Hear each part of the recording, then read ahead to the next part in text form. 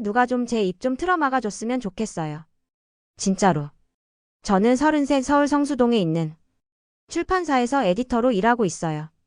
이 이야기를 꺼내면 꺼낼수록 부끄럽고 머리끝까지 열이 올라서 손이 덜덜 떨릴 지경이에요. 세상 살면서 별별 사람 다 봤다지만 상견례 자리에서 이렇게 민망하고 자존심에 생책이 나는 경험은 처음이었거든요. 안녕하세요. 전지적 독자 시점입니다. 하루하루 마음을 울리는 이야기 오늘도 따뜻하게 전해드립니다. 좋아요, 구독, 알림 설정은 언제나 무료입니다. 사연이 마음에 닿았다면 조용한 댓글 응원도 부탁드릴게요. 그럼 오늘의 이야기 시작합니다. 저도 처음엔 평범하게 시작했어요. 그냥 사랑하는 사람 만나서 순리대로 결혼 준비하고 양가 부모님 모셔서 상견례하고 예식장 잡고 스드메 정하고 신혼여행 떠나고 뭐 그런 상상 있잖아요. 딱 그거였어요.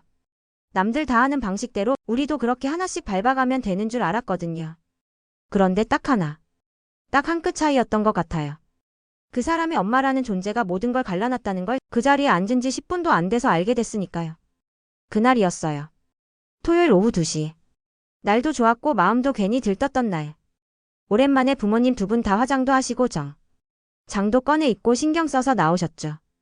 저는 미리 예약해둔 한정식 집에서 양가가 편하게 앉아서 얼굴 마주하고 식사하며 인사 나누길 바랐어요. 괜히 어색할까봐 대화 주제도 정리해놓고 부모님께도 말씀드렸죠. 너무 긴장하지 마시라고, 그냥 밥 한 끼 먹는 자리라고요. 그런데 저 멀리서 다가오는 모습부터 좀 심상치 않았어요. 남자친구 어머니. 첫 인상은 말 그대로 번쩍번쩍이었어요. 선글라스를 머리 위에 걸친 채 발끝까지 알록달록한 명품 로고로 도배된 옷차림. 스카프도 가방도 심지어 운동화까지도 전부 어디서 한 번쯤 본 듯한 브랜드 로고로 반짝이고 있었죠. 처음엔 그저 패션이 독특하시네 하고 넘기려 했어요. 뭐 사람마다 스타일이 다르니까요. 하지만 마음 한켠에선 조금 불편했어요. 상견례라는 자리가 원래 서로 부담 주지 않으려고 가능한 한 평범하고 단정하게 입는 게 예의라고 생각했거든요. 저희 부모님도 일부러 그렇게 하셨고요. 근데 이건 뭐 마치 우리는 이 정도야 하고 자랑하듯 대놓고 치장한 느낌이랄까. 그렇다고 뭐라 할 수도 없고 그냥 어색한 웃음만 지었죠. 자리에 앉고 나서 식사가 시작됐어요. 처음엔 뭐 날씨 이야기, 요즘 물가 이야기, 평범한 대화들이 오갔어요. 그러다 제가 신혼여행 이야기를 꺼냈어요. 몰디브를 생각 중이라고, 아직 확정은 아니지만 둘 다 바다를 좋아해서 그쪽으로 알아보고 있다고요. 그 순간이었어요. 그 말을 듣자마자 남자친구 어머니의 눈빛이 번쩍 빛나더니 갑자기 자세를 고쳐 앉고는 목소리가 한 톤 올라가더라고요. 아, 여행 좋지. 힐링엔 여행만 한 게 없어. 하면서 본인의 여행 이야기를 시작하시더니 그 다음부터는 그냥 혼자 1시간 넘게 떠드신 거예요. 푸꾸옥이 어쩌고 태국이 어쩌고 그 나라 호텔이 어떻고 음식이 괜찮았고 마사지가 좋았고 바닷물 색이 어땠고. 저는 처음엔 리액션 하느라 고개도 끄덕이고 웃기도 하고 그랬는데요. 시간이 지나면서 이게 지금 뭐 하는 자리지? 싶은 생각이 들더라고요. 그 이야기가 어느 정도 길어지자 저희 아버지가 슬쩍 시계를 보시고는 물잔을 한번 드셨어요. 저희 어머니는 말없이 고개만 끄덕이고 있었고요. 그런데 그 다음 말이 또 기가 막혔어요. 사돈댁은 어떻게 여행 좀 다니세요? 그 말에 저희 부모님은 잠깐 정적을 유지하다가 뭐 그냥 조금씩요 하고 말끝을 흐리셨어요. 솔직히 말하면 저희 부모님은 젊었을 때부터 여행을 참 많이 다니셨어요. 유럽 웬만한 나라는 다 가보셨고 작년에는 남미도 다녀오셨고 최근엔 코카서스 3국 여행까지 다녀오신 분들이에요. 그런 분들 앞에서 동남아 한두 번 다녀온 걸로 자랑을 1시간 동안 이어간다는 게 어떻게 보면 웃기고 어떻게 보면 불쾌했어요. 게다가 그 자리는 그런 자랑을 하러 모인 자리가 아니잖아요. 조용히 서로 인사하고 앞으로 좋은 관계 맺자고 덕담 나누는 자리인데. 근데 거기까진 그냥 웃고 넘길 수 있었어요. 정말 거기까지만 했어도 저는 괜찮았을지도 몰라요. 하지만 진짜 기가 막혔던 건 그 다음이었죠. 돈 이야기가 나왔을 때의 반응이었어요. 저희 부모님이 그러셨어요. 요즘 대출금리가 너무 올라서 아이들 부담이 크겠어요. 저희는 가능하면 1억 정도 도와주려고 생각 중입니다.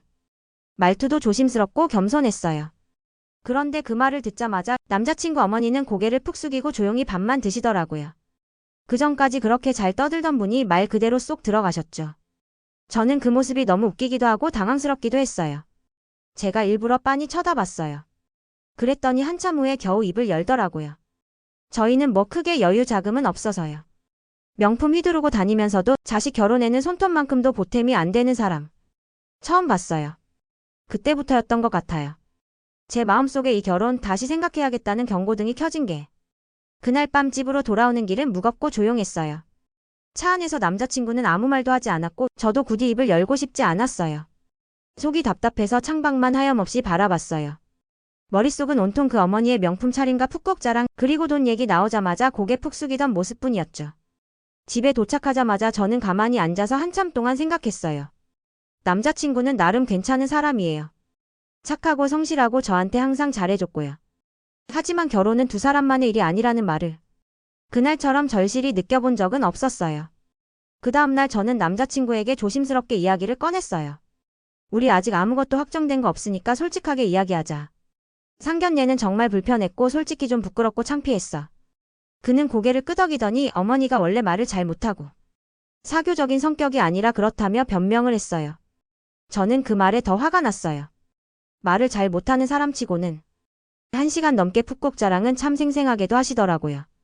대화의 흐름이나 분위기, 타이밍 같은 건 전혀 신경 안 쓰고 자기 얘기만 늘어놓는 모습이 단순히 성격 문제가 아니라 배려가 없다는 걸 말해주는 것 같았어요. 그래서 저는 단호하게 말했어요. 우리 아직 예식장도 안 잡았고 스튜디오며 드레스며 아무것도 안 정했잖아. 그냥 지금 이 상태에서 그날 있었던 일 밥 한 끼로 끝내고 싶어. 너무 다르다는 걸 느꼈어. 사람 사이에 이질감이라는 게 이렇게 클 수 있다는 걸 처음 알았어. 남자친구는 당황하면서 말렸어요. 내가 잘 중간에서 조율해볼게. 엄마한테도 얘기하고 다음엔 안 그러시게 할게. 내가 더 잘할게 진짜야. 그 말에 흔들릴 뻔도 했어요. 하지만 제 머릿속엔 계속 어제 그 장면들이 떠오르는 거예요. 푹꼭 리조트 자랑하면서 웃고 음식 얘기에 손짓까지 해가며 신나게 얘기하던 모습. 그러다 저희 부모님이 금전적 지원 이야기 꺼내자 입 딱 닫고 밥만 개걸스럽게 먹던 모습. 명품 옷차림으로 들어오며 스카프 정리하던 손, 가방 내려놓을 때 슬쩍 보였던 로고. 그러면서도 저희는 여유가 없어서요라고 말하는 그 표정. 저는 알아요. 돈이 많고 적고의 문제가 아니라는 걸요. 여유가 없을 수도 있죠. 하지만 있는 척하면서도 정작 자식 결혼엔 손 하나 까딱 안 하려는 태도는 그 사람의 진짜 모습을 보여주는 거라고 생각해요. 더 무서웠던 건 남자친구의 반응이었어요. 그는 엄마를 비난하지도 미안해하지도 않았어요. 그저 원래 그래. 다음엔 좀 괜찮을 거야. 그 말뿐이었죠. 저는 속으로 생각했어요. 결혼을 하면 결국 그 어머니와 가족이 되는 거고 그런 모습을 이해하지 못하는 남자친구와 으로 평생을 살아야 한다는 뜻인데 과연 내가 이 결혼 생활을 감당할 수 있을까? 그날 이후로 저는 결혼이라는 게 단순히 사람을 사랑해서 하는 게 아니라는 걸 뼈저리게 느꼈어요. 좋은 사람을 만나도 그 사람이 품고 있는 가족이라는 울타리를 무시할 수 없다는 걸요. 그 울타리가 좁고 날카롭고 서로 다른 색깔이라면 아무리 둘이 사랑해도 그 안에서 다치지 않고 버텨내긴 어렵다는 것도요. 며칠 뒤였어요. 남자친구가 저를 보자고 했어요. 그날의 대화 이후로 연락은 계속됐지만 서로 간의 거리감이 묘하게 느껴지는 상황이었죠. 마주 앉자마자 그는 말했어요. 엄마가 직접 얘기하고 싶대. 지난번엔 좀 흥분했던 것 같다고 미안하다고 하시더라. 그리고는 작은 봉투를 제 쪽으로 밀어줬어요. 순간 이상한 기분이 들었어요. 그 봉투엔 예식장 견적서며 여행사 정보, 심지어 웨딩 촬영 업체까지 적힌 리스트가 들어 있었어요. 알고 보니 남자친구 어머니가 지인 통해 알아봤다고 하더군요. 예식장도 어디가 제일 가성비 좋은지 몰디브 대신 푸꾸옥 쪽으로 여행지를 바꾸면 경비가 절반 이하로 줄어든다느니 촬영은 그냥 야외로 간단히 하자는 식의 이야기였어요. 저는 그걸 읽는 순간 어이가 없었어요. 결혼 준비가 절약과 타협으로 시작되는 게 나쁜 건 아니에요. 하지만 그 사람의 가족은 처음부터 모든 걸 자기들 중심으로 조정하려는 태도가 느껴졌어요. 무엇보다도 그 봉투 속에 우리의 결정은 단 하나도 없었다는 거예요. 단지 그쪽의 판단과 계산만 가득했고 저희 부모님의 의견은 그 어디에도 반영되지 않았죠. 저는 말없이 봉투를 접었어요. 그리고 물었어요. 이거 내가 같이 본 거야? 너도 이렇게 하자고 한 거야? 남자친구는 조금 망설이다가 고개를 끄덕였어요. 응, 어차피 다 같은 돈이고 그냥 현실적으로 가는 게 낫잖아. 우리도 집 사야 하고 나중에 애도 키워야 하고. 그 말에 전 순간 숨이 막히는 줄 알았어요. 현실을 고려하는 건 맞아요. 하지만 그 현실을 일방적으로 그려놓고 그걸 합리적이라고 포장하면서 상대의 입장은 지우는 게 과연 정당한 걸까요? 그날 이후 저는 결정을 내렸어요. 남자친구에게 조용히 말했죠. 우리 여기까지 하자. 나는 지금도 너를 사랑하지만 이 감정 하나만으로 앞으로 마주칠 수많은 벽을 넘을 자신이 없어. 그는 놀란 표정이었어요. 이런 일로 끝내긴 너무 아깝잖아. 우리 진짜 잘 맞았잖아. 엄마도 변하려고 노력 중이고. 하지만 그 말이 오히려 더 마음을 굳히게 만들었어요. 결혼은 노력 중인 사람과 하는 게 아니라 이미 기본이 갖춰진 사람과 하는 거라고 생각했거든요. 노력이 필요한 사람과는 연애는 가능해도 결혼은 아니었어요. 결국 우리는 각자의 집으로 돌아갔고 부모님께도 말씀드렸어요. 저희 부모님은 담담하게 받아들이셨어요. 그래, 내가 그렇게까지 힘들다면 그건 결혼해도 계속 갈등날 일이다. 잘 결정했다. 그날 밤 혼자 방 안에서 멍하니 앉아 있었어요. 눈물이 날 줄 알았는데 오히려 마음이 평온했어요. 속이 시원하다기보단 내가 내 인생을 잘 지켰다는 안도감이었달까요. 다음날 아침 엄마가 따뜻한 차 한 잔을 내밀며 말씀하셨어요. 결혼은 사람만 보고 하는 게 아니야. 그 사람을 감싸고 있는 가족이 너를 어떻게 대하느냐가 더 중요해.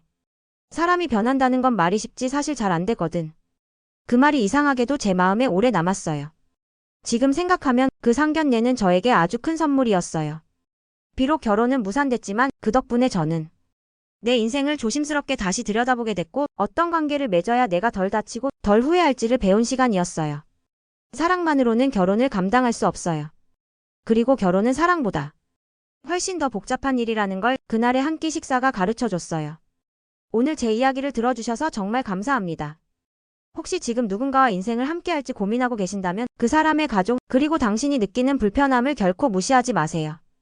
사소한 것처럼 보이는 것도 결국엔 가장 큰 이유가 되더라고요. 오늘 이야기가 마음에 남았다면 구독과 좋아요 그리고 댓글로 함께 기억해주세요. 여러분의 따뜻한 한마디가 다음 이야기를 시작하게 합니다. 그럼 오늘도 마음 포근한 하루 보내세요.